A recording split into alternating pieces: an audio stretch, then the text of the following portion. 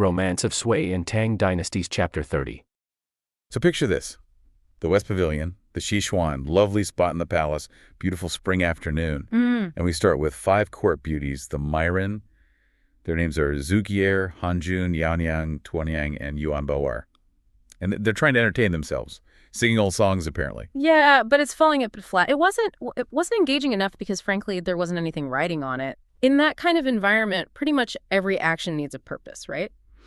So Zugier suggests, ramping things up a bit. Let's have an impromptu poetry contest. Okay. Jijing Tiking, composing verses on the spot, and the theme, those green willow trees nearby, the Yangli you hear. And they immediately set the stakes, which sound almost trivial at first glance. Deceptively so, yeah. Yeah. The winner gets 1 pearl, a Mingzhu yake. Nice, but, But the loser. the loser has to host a whole banquet. Patai Ishiju.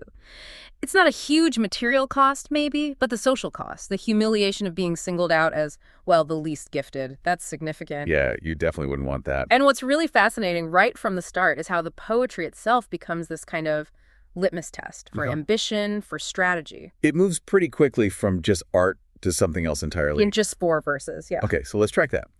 Hanjun goes first, and she sets a really high artistic standard. Her verse gets called Yam Tun Baisu, really top-tier stuff. Yeah. Right, sophisticated. It's all about the willow as the pure essence of spring. She's aiming for, pure poetic merit. Then Tuanyang follows up. Hers is more sensory, focusing on how the willow branches seem to tangle things up, maybe confusing the palace orioles, making them sing, still very much in that nature aesthetics zone. Still quite safe, poetically speaking. But then Zugier and Yaonyang, they take a sharp turn, don't they? They absolutely do. They bring in the emotional reality of being stuck inside the palace walls. Yeah. Their poems connect those soft willow branches to sadness, to longing, Jizyangzi, and this deep palace sorrow, Chusharen. It's like they're saying, yeah, it's pretty, but we're lonely here. Acknowledging that feeling of being just one among many. And those themes of sadness, they often hit home because they're true, right? They reflect the actual experience. Truth doesn't always win prizes in this setting. Exactly. Truth and beauty are rarely the winning ticket here, and that is precisely where Yuan Bao'er makes her move. Her verse is also quite lovely, aesthetically pleasant, but she slips in one line that is just, politically brilliant. Or maybe explosive is the word. Which is... She says, the willow, yeah, it's beautiful, but its charm is, and I quote, half due to the royal rain dew of the emperor's grace. Ban shi huanjie yuluem. Wow. Okay, so she directly links the beauty of nature to the emperor's power. It explicitly attributes half of its beauty to his grace, his influence. And what's the reaction? The game just stops instantly. The other 4 basically concede on the spot. Really? They just give up? Yep. They throw in the towel. They declare her poem superior. And, crucially, not because it was necessarily better poetry than Hanjun's Yangshan by Shu, no. Why then? Because, and this is the key, she did not forget the emperor's grace, but Wang Zhinin. So, wait, they openly admitted that? Blatant flattery beat actual talent, just like that. Didn't anyone stand up for the sad poems, the artistic ones? Well, the source implies that the real point of the art in that context wasn't really about beauty for its own sake. The point was getting notice, getting favor. The second Bao'er brought the emperor into it, made him the source of the beauty she'd won, because she showed the correct mindset, loyalty. They saw the writing on the wall. They did. Arguing for their own poems at that point would be like questioning the emperor's supreme importance. And you just don't do that. Not if you want to stick around. So Bao'er gets the pearl. Not for being the best poet, maybe, but the smartest player. The most politically astute, absolutely. But just as they're about to, I guess, sort out the prize and the penalty, there's a twist. A big one. The emperor himself, he'd been there all along. Oh, way. Yes, Emperor Yang. Apparently he was awake, he'd missed Bao'er, and he slipped behind a screen and just listened to the whole thing. Eavesdropping. Okay, that changes everything. Suddenly the stakes were way higher than they thought. Exactly. They weren't just performing for each other, they had the ultimate judge listening in the whole time. So he steps out. What does he say? Does he, call them out? No, he actually validates the whole thing. He's quite smooth. He doesn't dismiss the others. He praises them, graceful meaning, clear singing, acknowledges the effort. But he confirms Bao'er won. And he specifically points out her cleverness, her recognition of his His Grace, the royal rain and dew. He's basically saying, this is how you get my attention. It's a masterclass in reinforcing desired behavior, and the reward structure, it totally backs this up. How so? Everyone gets something, a consolation prize maybe, 2 bolts of really nice silk each, Wulin Shujin, luxurious stuff. Okay, fair enough. But Bauer, the winner, she gets another 2 pearls on top of that, 2 more pearls. Oh, wow. And the emperor says exactly why the royal favor must be thicker for her.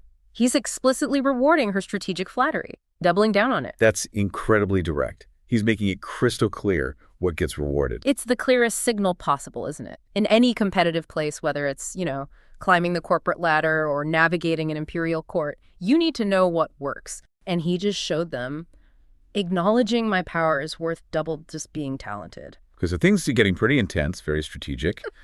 And then the mood shifts again. Oh, completely. It just veers into this brilliant, almost slapstick farce.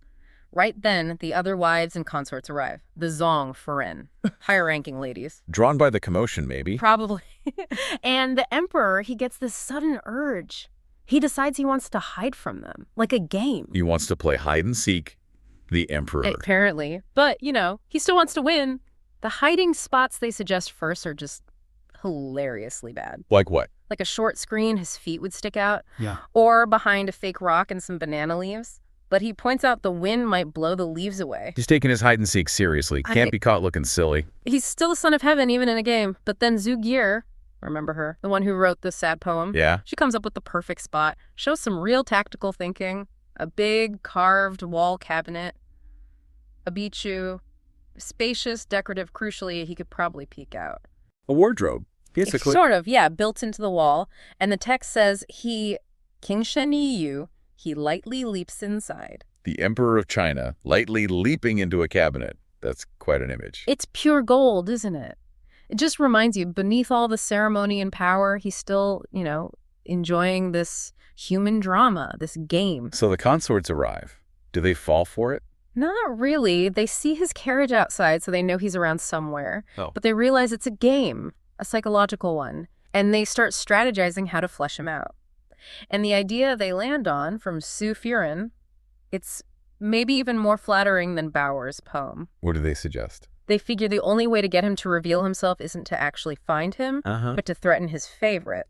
Su Furen says, basically, let's pretend to kidnap Yuan Bauer because the emperor cannot be without her. Whoa, that's bold. It's ruthless, but brilliant. They recognized his attachment was the key leverage point. It's like pure court strategy, but wrapped up in this playful game. Yeah. They're basically saying, we see who you favor, Emperor, and we know that's your weak spot. And it works perfectly.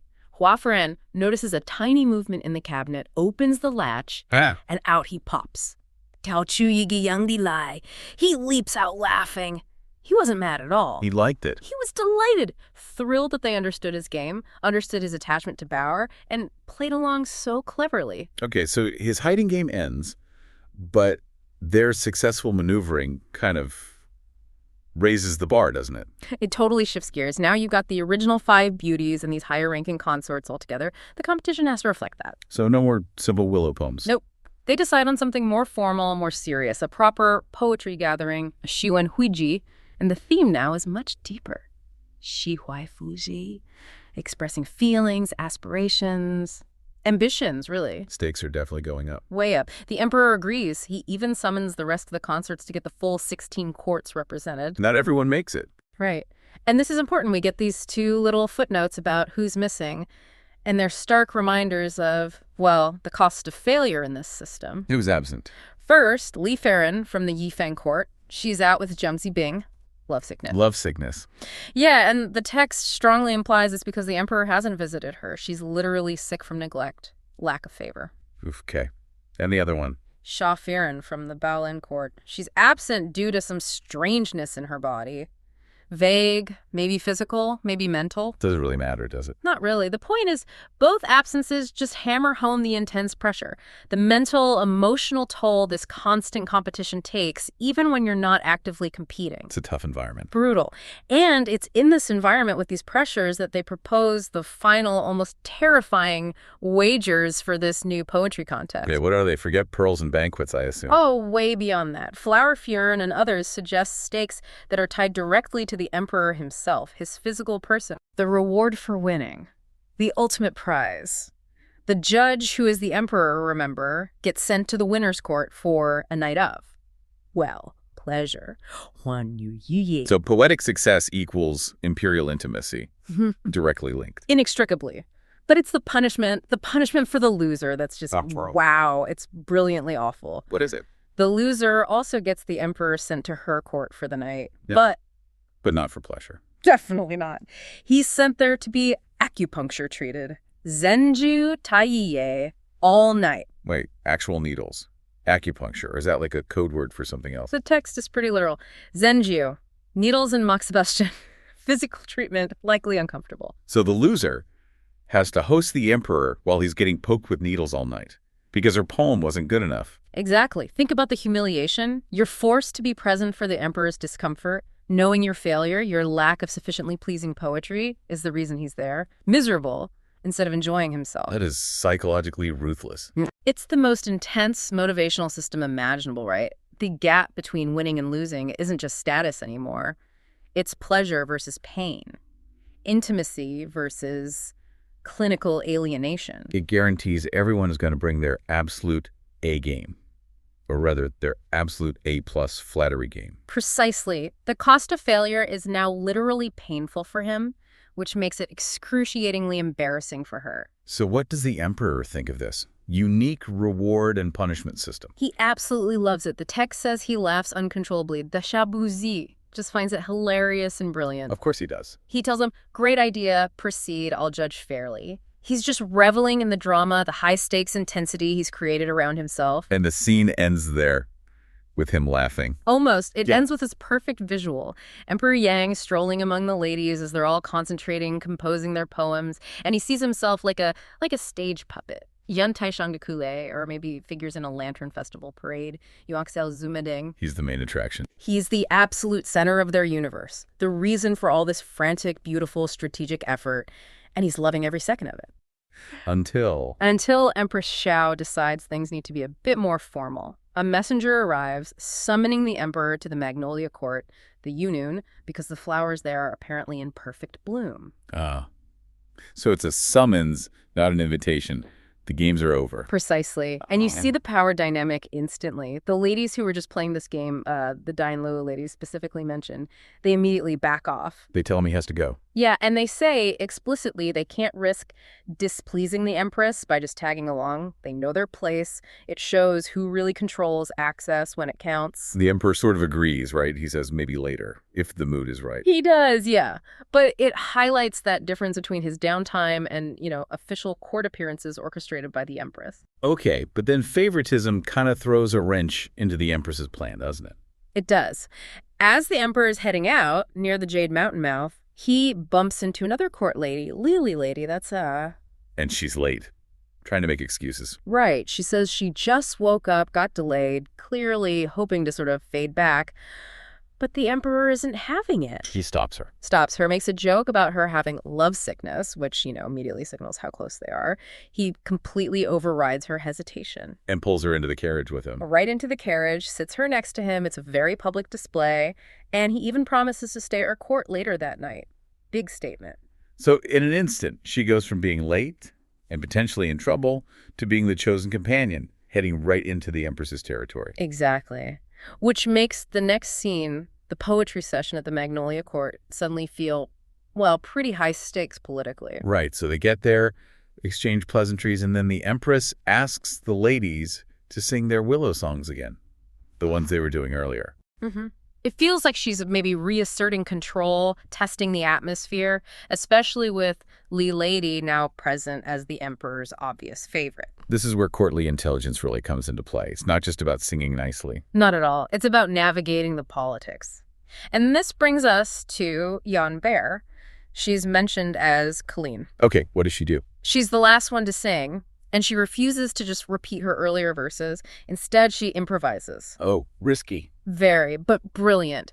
She starts with praise for both the emperor and empress, something like, 9 heavens have spring like a sea, very grand. But then comes the crucial part. Which is? She immediately humbles herself. She calls herself just a small court maid, Colleen, and then adds, this is key, that she wouldn't dare boast of the emperor's reign and dew. Okay, let's unpack reign and dew. That's a standard metaphor, right? Absolutely standard. It means imperial favor, grace, the blessings flowing down from the ruler. So by saying she won't boast about it. She's not denying she might receive favor, but she's publicly acknowledging that the empress is the one who sort of manages or mediates that favor within the inner court. She's showing deference to the empress, basically saying, I'm not trying to step on your toes or claim special status. Very clever, especially with Lee Lady standing right there. A direct contrast to Lee Lady's very public elevation moments before. Spot on, and the empress gets it immediately. The source says she recognizes Bear's talent and propriety. And the reward shows it, doesn't it? It really does, not just a cup of wine. The empress takes off her own gold bracelet, her minish, and gives it to Bear. Wow. That's a statement. Huge statement. It publicly validates Bear's strategy. It tells everyone, Lee Lady included, that respecting the empress's position is the way to get her approval. It's court politics distilled into one small gesture. Okay, so that's the social drama playing out. But while this is happening, the emperor's attention starts to drift, right? Yeah, he's had some wine. He's maybe a bit restless after the poetry. He wanders into a nearby hall and just stops. What catches his eye? A huge painting on the wall. The Guangling map. The text describes it vividly, mud gold, cyan green paint, showing mountains, rivers, temples, villages, a whole landscape. Guangling being modern Yangzhou. That's right, and he is completely captivated. People try to offer him tea, he waves them off. He's just staring at this map, saying it makes him miss the scenery there intensely. It sounds like more than just liking the painting. Oh, it's bordering on obsession. And when Empress Xiao and Leah Lady come over to see what's got him so absorbed, he starts tracing the features on the map for them, almost giving a lecture. He's connecting with it personally. What does he point out? He starts with the river, the Yangtze Canyon. He specifically mentions it flowing from the 3 gorges, how it divides north and south, and he uses its old famous nickname, the Heavenly Moat. The Heavenly Moat. Yeah. That's significant. That was always seen as the great natural barrier. Exactly. By highlighting that, he's implicitly emphasizing his power over it, his control of this fundamental feature of the empire. It's not just geography, it's about imperial scale. And the mountains, too. He lists quite a few. Yeah, he points out specific ones, linking them to history and legend, like Fu Mountain with Yu the Great's temple, Datong Mountain, where some king supposedly cast money. He's layering meaning onto the landscape. And he identifies the old city there, Wucheng. Wucheng, yeah, the ancient capital of King Fuchai of Wu. He notes how it's protected by the mountains and water. And importantly, you have to remember, Emperor Yang had actually governed this region earlier in his career. Ah, so this isn't some random place on a map. He has a personal history there. A deep connection. It's familiar territory, but also territory steeped in ancient power and prestige. And seeing it depicted like this, well, it triggers something. Uh-huh. Pretty much. He suddenly declares his big idea. He wants to build a new capital right there in Guangling. He says it's to collect the essence, the secrets of the region. Collect the essence. So capture its spirit, its best qualities. Kind of, yeah, like harnessing its positive energy or auspiciousness. But it quickly gets practical. Lady makes a comment, maybe thinking of the existing city, like, isn't it a bit small? And he corrects her. Immediately, he points to a specific area on the map, saying this area covers over 200 lyth, which he points out is roughly the same enormous size as his Western Garden complex, the Hor, back in the main capital. So he's already thinking on a massive scale. Totally. He's already designing it in his mind. 16 palace compounds, just like the Western Garden. Terraces, towers, bridges, ponds, the works. The source actually says he was clapping and dancing with joy. Yeah. It's an incredible image, isn't it? The ruler of the empire literally dancing in front of a painting because he's so thrilled with his spontaneous plan for a massive construction project. It really shows the power of imperial whim. One look at a map and boom, national policy is potentially changing. An idea born from art appreciation is suddenly a potential state directive. But there's a snag. A practical problem. Okay, what's the issue? The Empress gets caught up in the excitement, too, suggests they should plan a visit soon, but the Emperor immediately thinks about the journey itself, and he complains. The current route is a dry road. He dreads the thought of all that dusty, slow travel testing. The text uses the phrase, hiset, che'en mazu, chariot dust and horse hooves. Especially with his huge entourage, all the concubines. Right, not exactly a pleasant imperial progress. His grand vision is already hitting a logistical pothole. Exactly. His enjoyment of this future paradise depends on getting there comfortably and the current way. Unacceptable. And this is where Lee Lady, still kind of riding high on his favor, chimes in again. She does. She asks, maybe innocently, maybe strategically, well, why not find a water route and build lots of dragon boats? Dragon Boats. So travel by river in style. That's the idea, and it seems to strike a chord. But his first reaction is actually dismissal. He looks at the map again, probably tracing the Yangtze, and says something like, no, that's too far, it doesn't connect properly. So he shoots it down initially. Yeah, too far, cannot connect. He seems fixated on the limitations. But the Empress steps in. The Empress does. Maybe sensing his frustration, maybe seeing the appeal of a water journey herself, she gently pushes back. She tells him not to be so rigid, suggests he should consult his ministers. You know, maybe there's another water route they could figure out. Ah, so using the official channels to solve his personal travel problem. Precisely. It gives his desire a path forward through the bureaucracy. It's the final nudge he needs. The personal wish now has political momentum. And the speed here is just remarkable. That night ends. The source notes he stays with both the Empress and Lee Lady. Interesting detail, confirming their influence. Both women played a key role in this moment. But the very next morning. He holds court. No messing around. He basically issues an imperial decree.